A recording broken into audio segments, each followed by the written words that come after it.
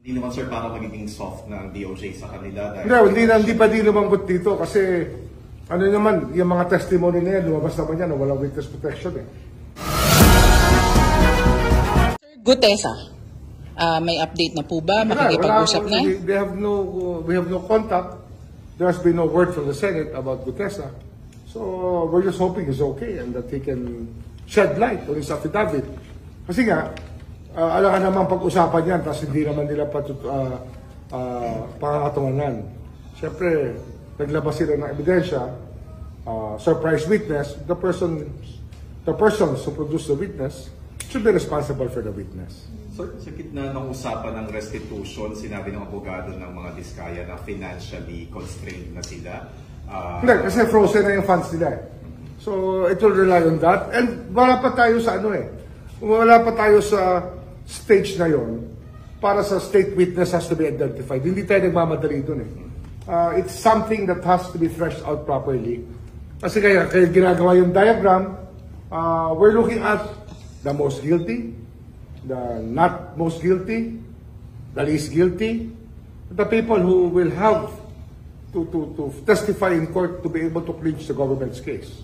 Kaya yan ang pinag-aaralan pa. Hindi naman sir para magiging soft ng DOJ sa kanila dahil... Hindi pa din lumambot dito kasi ano naman, yung mga testimony na yan, lumabas naman yan na walang witness protection eh. And so far so good. No? Marami tayong natututunan, but we need more information. Marami pa kami pinaghahanda ang mga tanong. Hindi ito pwedeng madaliin eh. Kasi itong proseso ng pagkuha ng testigo na para walang salabas sa simula sa pool pa lang, kailangan yan, mabebenepisyo ang taong bayan. Yun talaga tinitingnan natin, where the cases will benefit most for what testimony. Kaya hindi po pwedeng madaliin ang pagkuha ng state witness. Protection for the witness, talks of plea bargaining, and other ways of lessening liability because of cooperation, we can go to. But being a state witness, it's something that we really have to think about because it's a very, very special kind of arrangement na wala ka talagang kasalanan. Sir, si Senator Chis Escudero sa privilege speech na kahapon sinabi parang hindi raw po naiimbestigahan si dating Speaker Martin Romualdez. Hindi totoo yun. Alam mo, pagka ganyan kasi, hindi kami nagsasalita hanggat hindi lumalabas sa mga testigo. Pero just the same, pinag-aaralan na namin lahat yan, liability-wise. Kasi nga, Saldico, as the chairman of operations, is well known as the Speaker's choice. Alam natin yan. Galing ako ng Congress, alam ko yan eh. Yun ang pinagkakatiwalaan ng Speaker, yun ang nilagay dyan. So doon pa lang, alam mo na hindi tama yung nangyari sa pangyayari na lumalabas ngayon. Sir, anong assurance po yung mabibigyan niyo po sa public na siyempre ngayon po tinatanong din nila? Wala ko sisinuhin dito. It's really, para sa bansa lahat po. Wala akong personal dito. It's beyond friendships. It's beyond school ties or fraternal ties. It's beyond that already kasi ang nakataya rito, taong bayan na talagang, yung bansa natin nakataya rito, hindi natin pwede pabayaan po. So sir, it's safe to say naman, tinitignan talaga natin kung liable ba si dating Speaker Martin. Hindi, kasama siya sa mga tinitignan natin talaga na meron pananagutan dito. Ano yan? Kaya pag diagram, yung ginagawa namin diagram, it's a complete diagram that we're trying to do to include everybody and what their role was. Wala tayong pagtatakpan, wala tayong itatago rito. Wala. Pero sir, need pa rin talaga si Gutesa para maging... Hindi, siya pa lang nilalabas nila. Baka meron pa sila ilalabas. Mabuti na. Tsaka alagaan na nila, huwag na napakakawalan. Tsaka panagutan nila. Kasi yung testigong gano'n nakakatakot naman kung hindi nalalabas ulit, kung hindi nilitaw ulit. Diba? Ang hawak ko nito yung affidavit, copy ng affidavit ni Gutesa na nakuha ko sa Senate. Kaya, yun, ano ba ito? Paragraph 24 ba ito? Paragraph o sentence number 24, sinabi niya kasi gusto niya sumama sa Witness Protection Program. Binasa niya to into the record. Kaya kinausap ko siya.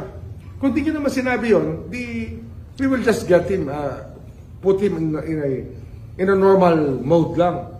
Pero dito kasi, kinausap ko para pumunta rito for that purpose. Hihingi namin ang address niya, so we will have the NBI send us subpoena para malinaw to. Diba? Sir, Palilinawin natin lahat. ano po magiging implication kapag hindi na po lumabas si Gutesa?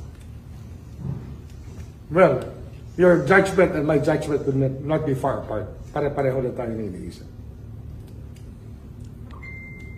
Okay. Next topic. Wala na. Next. Sir, Ano naman, binibigay ko. sorry.